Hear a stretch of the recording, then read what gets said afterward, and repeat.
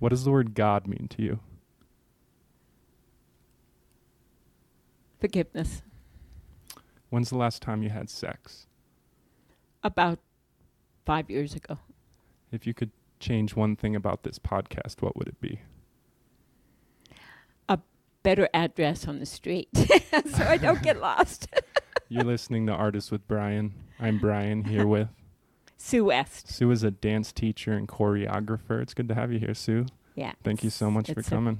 It's a gift that you've given me when you help our company. All right. First, we'll get a question from last week's guest. Actor Tyler Nunez wanted to ask you this. What was a point where you felt you were the furthest away from success? Well, I don't really have the normal adjective for success. Success for me is when a dancer performs in a way that touches the heart of the audience, or the dancers do, or the choreography does. So I've been actually always successful because that's my goal. Money, no. Fame, no. Notoriety, no. Touching the audience, yes. Wow, that's beautiful. Can I get your opinion on a local issue? Oh, sure. Yeah, so there's this Chipotle coming to town, the first ever to Santa Fe. Have you heard about that? Yeah. Yeah, it should be here by the end of 2019 at the corner of Cerrillos and St. Francis in the old mattress store. So you're a nay. Oh, good grief, no.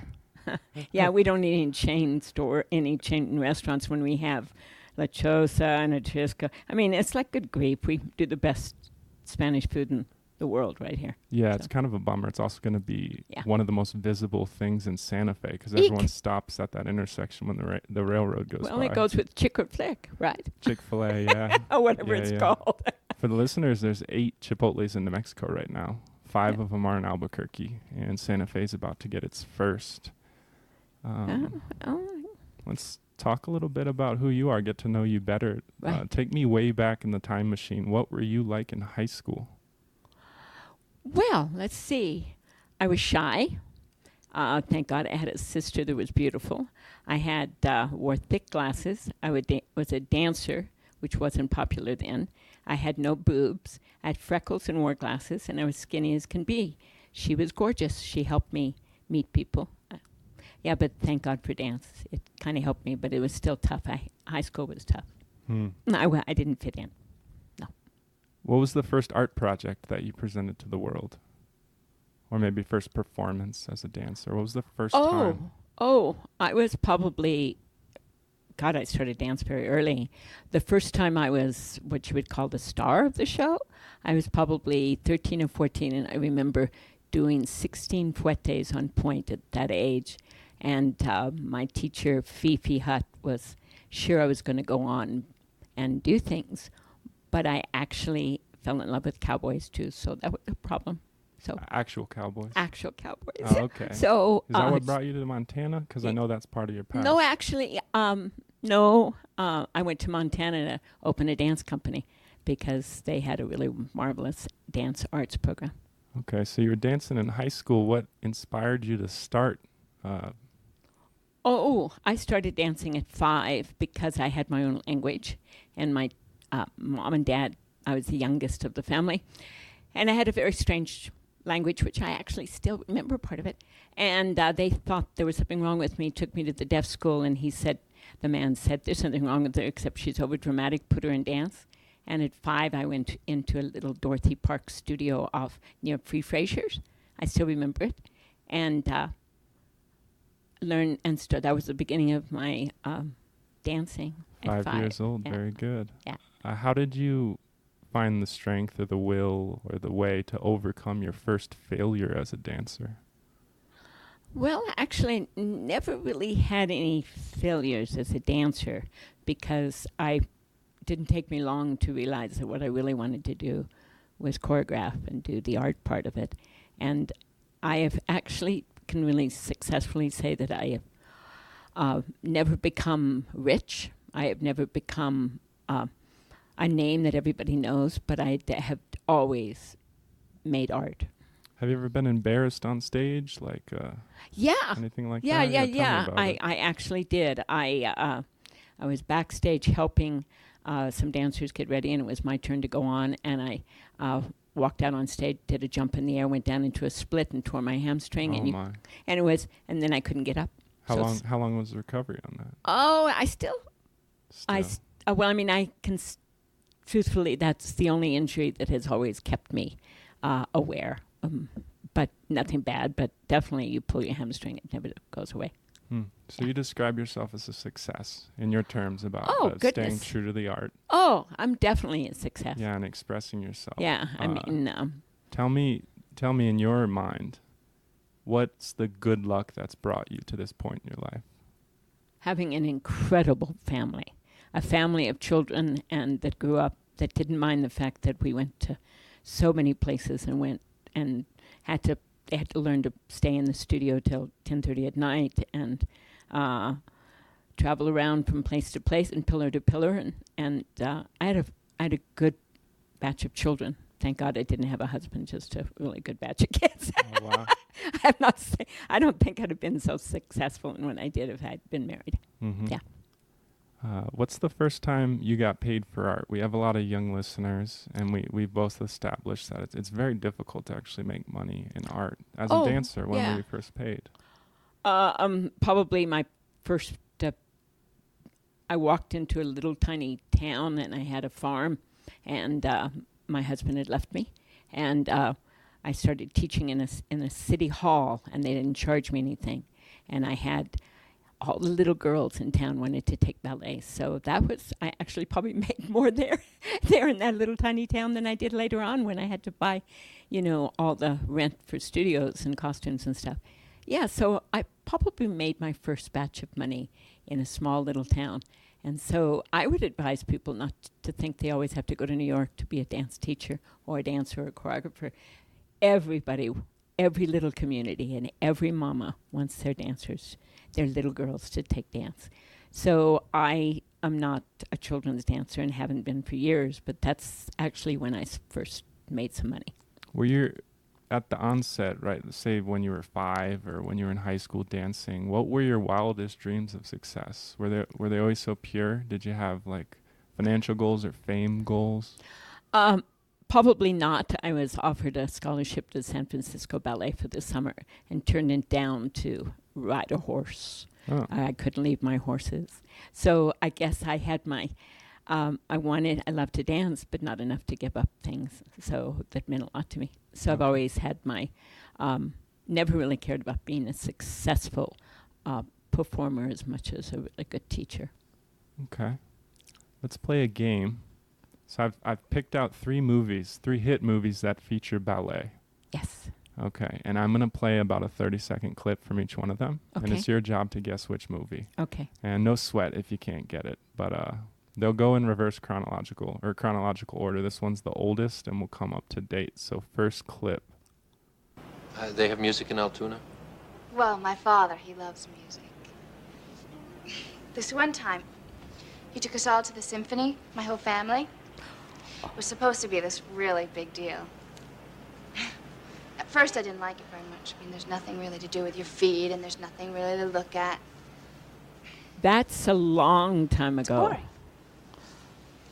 And I was ready to nod out or something. And he said to me, I don't remember the name of it. if you close your eyes, you can Wait. see the music. Was it Fred You can, Astaire? too. Gene Kelly? Okay, it's from Did you ever try? 1983.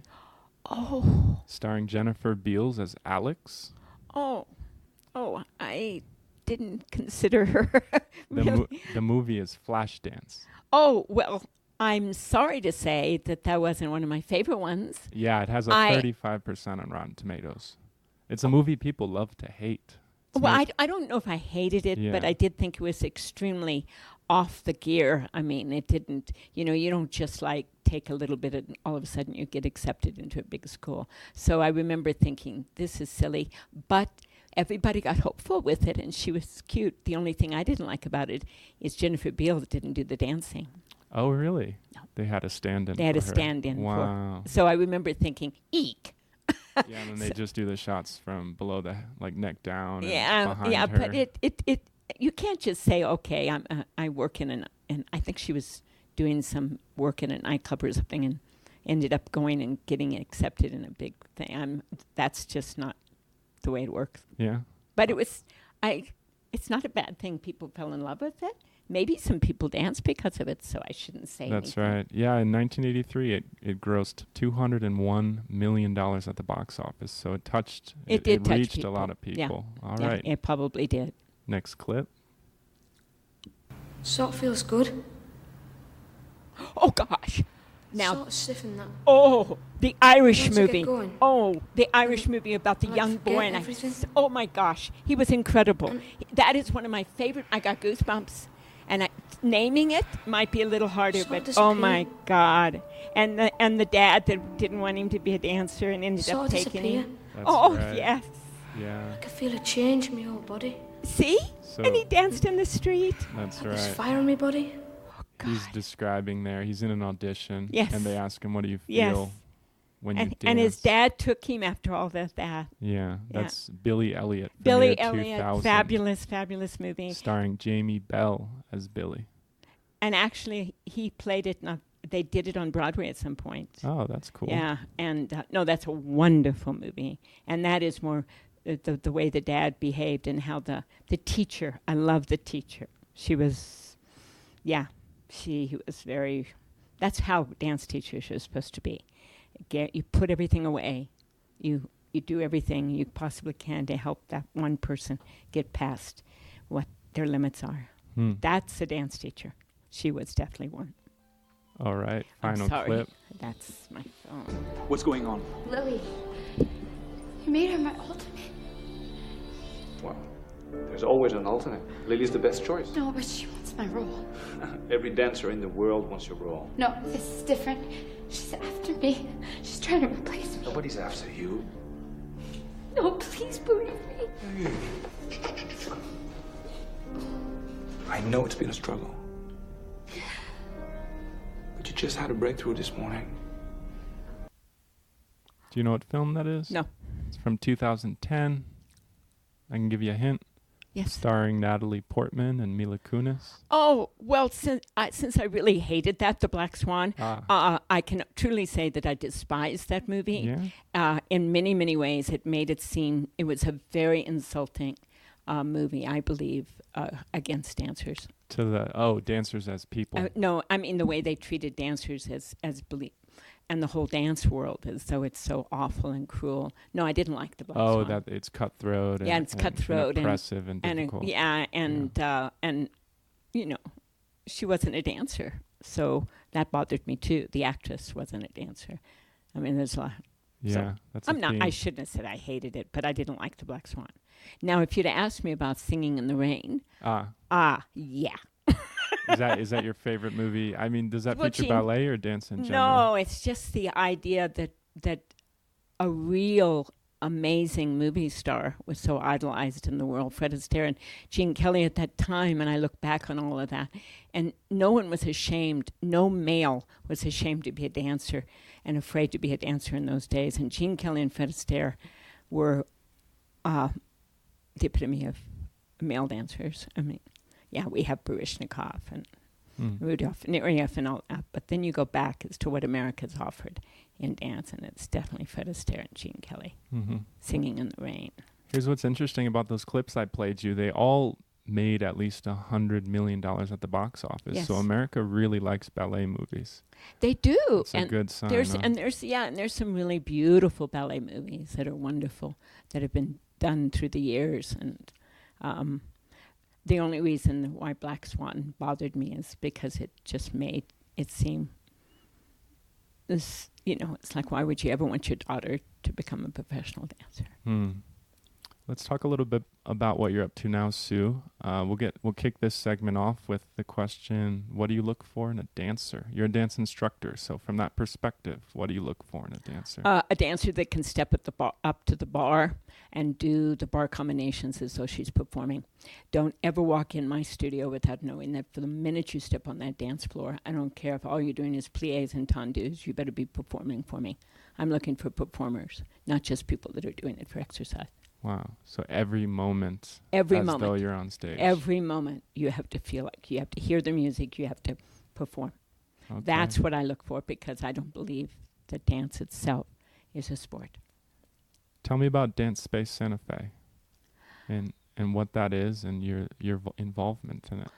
Well, I'm the owner of the dance studio, and it the dance studio is a large economic expense in many ways. So dance space is a place where a lot of people rent, as well as the fact that I teach there and I have other teachers there. I think what came out of the dance space was a really sweet awareness that everybody could come there and know they didn't maybe have to pay as much as they would at other places. And if they couldn't, I would help them. And so dance space is definitely a place where people should feel safe when your they're rates struck me as very affordable for this city. So people can take all types of dance classes. There's offerings almost every day of the week. Is that right? Right. Yeah, and I have a lot of renters too. Renters, yeah, that intrigued me. I thought that was quite clever. So you have the classes you teach, but then you're also helping pay the price of the lease or the price of the building by and doubly serving the community, allowing other instructors. Well, and it's really nice to have it on the south side of Santa Fe, because for so long art was always up on the east side, and we have now had a whole wonderful mass of people that have moved out there where it's affordable to live. It's nice to see some of the wonderful immigrant children coming in to take classes, because they do have a hard time going to some of the more what you'd call nonprofit organizations, because they can't give their Social Security numbers. So we do have a really beautiful class on Saturday for little children, and that's neat to see. But that's separate than me. So I only teach adults. The dance space was started so that I could teach and create, but it has become much more of a company where I'm always looking for good dancers to perform. A dance company? Yes, Okay. we actually are a nonprofit at this point. What are the cross streets of that? Just in case people might have driven by it every day and not know what it is. Oh, it's easy to say now. It It's is? so wonderful. I Yeah. just love saying. Do you know where Meow Wolf is? I tell everybody. Yeah. Well, you just go past Meow Wolf, wave at him, go across from Fina, and we're in a business park, and we're right around the corner from Meow Wolf. Meow Wolf was the best description I could find for how people could get to our studio. Okay, and that's like the Seiler Theater District where the Yes. old Adobe Rose was? Yeah, and Okay. the Adobe Rose is now the another theater. It's Yeah, the name escapes me too. it's not. There's 3 theaters in that one little place right now. It's really nice. It's They a have great place to go dance. It's a good energy in It's that block. Yeah, but I have, as one of the greatest hip hoppers in the world, came and did a class at our studio, and he said, "Sue, you have the best floor in the world." When I decided to do this, it was under one condition, and that I have what is known as a floating floor. And my husband, who's a builder, said, I don't want ever to feel my knees, and I don't want anybody to ever feel pain in their knees. So I want you to build me a floor that has an airspace that's at least 6 inches from the front, from the top to the bottom. So you get on there, and you can actually feel it. It's such a beautiful place. I had a couple of professional dancers come in not very long ago, and they said the same thing. Oh, I want to dance on this floor. Are you just feeling the bowing of the wood? Oh, yes. So there's no springs or anything like No, that? it's just Okay. this airspace. He knows how Wow. to build it. And Simple but elegant. yeah, and it's all beautiful pine. So in my research, I found something interesting. When you were in Montana, you won a Montana Art Award Yes, for something called Ballet on the Prairie. yes. Could you talk about that? Well, I had a dance company up there, a nonprofit dance company. It was very successful and supported by the arts, because Montana is very supportive of the arts. And I created a ballet called, it was The Dry Spell, and it was about what happened in Montana in that time was a lot of the ranchers and the farmers were hit really hard by drought, fires, and a change in the political basis where the prices of beef were dropped by the government. And at that time, everything that I'd ever known in my life was to help support rural America. That's why I went to Montana. So I created a ballet about what it was like to have to lose everything. Wow. And is it right that you toured that in rural towns? All over rural. And then I came back and did it here as well. Wow. And a beautiful dancer who actually is now head of the department at the university's dance department performed that. The dry spell was really a very, very, it was not only about the drought, but it was about how a man who lives in the country and works the land loses his capacity to love when the land is dying. And that's what happened with a lot of people I knew. Yeah. And so it's the story about the woman's dry spell as well, because no longer would her husband hold her. So it's is this beautiful filmed? ballet. Can anybody see it? Actually, I do have it on film, and it's been copied. But when I won the Outstanding Award, Outstanding Artist of Montana, it was because I had done something that had never been done before. I created a ballet about rural America. Yeah, that's what I mean. That's just stunning. And you delivered it to rural America. That was yes. where you distributed Yes, it. we It's quite a gift. Little tiny towns we would go to, and then big towns too. But I remember going all the way to the top of Montana to this, and we had to go in there and kind of get the floor to where it didn't have splinters to perform it. And one of my most favorite lines is it was 42 below zero and snow all over the snow. We drove through snow to perform it. And there was an older couple that came up to me afterwards, and the old man said, "Well, I just don't understand why the woman is crying so much." and the lady said, I'm certainly paraphrasing, it's been a long time ago, and the lady punched him, wife punched him and said, "Because he wouldn't make love to her no more, don't you know that?" And he I just remember that so well. I mean, it was like one of the most, that the woman, the wife got it. Yeah. Yeah. That's beautiful. Do other ballets tour rurally like that, or were you the very first? Well, they like to go to the big cities. Yeah. But at the time, there was a really wonderful national endowment of the arts man. His last name was Spellman, and I met with him. And he had come to meet with me, and he said, "What do you want?" And I said, "I want to perform in little towns. I want to teach in the studios that are in there, so that they'll be inspired to go on and continue their dancing in small towns. And that also helped the dance teachers in the smaller towns." And I said, "But also I want to touch the hearts of the people that live in rural America." And he said, "How much money do you need?" I mean, he was like, Kenny just gave me grants. Wow. I got grants, more grants than I've ever received in New Mexico. Wow. Yeah, it's they really supported me. Wyoming as well. I taught in Wyoming, Nebraska, South Dakota, and Montana. And sometimes we went through a lot of snow Yeah. to do it. Yeah. Wow. What's your dream collaboration in town here? Are you still choreographer? Oh yeah, Doing choreography? the last performance we did was one of the best performances that we've ever done, and that was the inauguration of the Santa Fe Dance Company, and we performed the first Schindler's List ballet, and you could hear a pin drop at the end. And when I talk about reaching past the proscenium and touching the audience, that it's not how many turns you do, it's not how high your extensions are. A good artist creates dance so that the audience feels something. And I really believe in that way. I've been given a gift.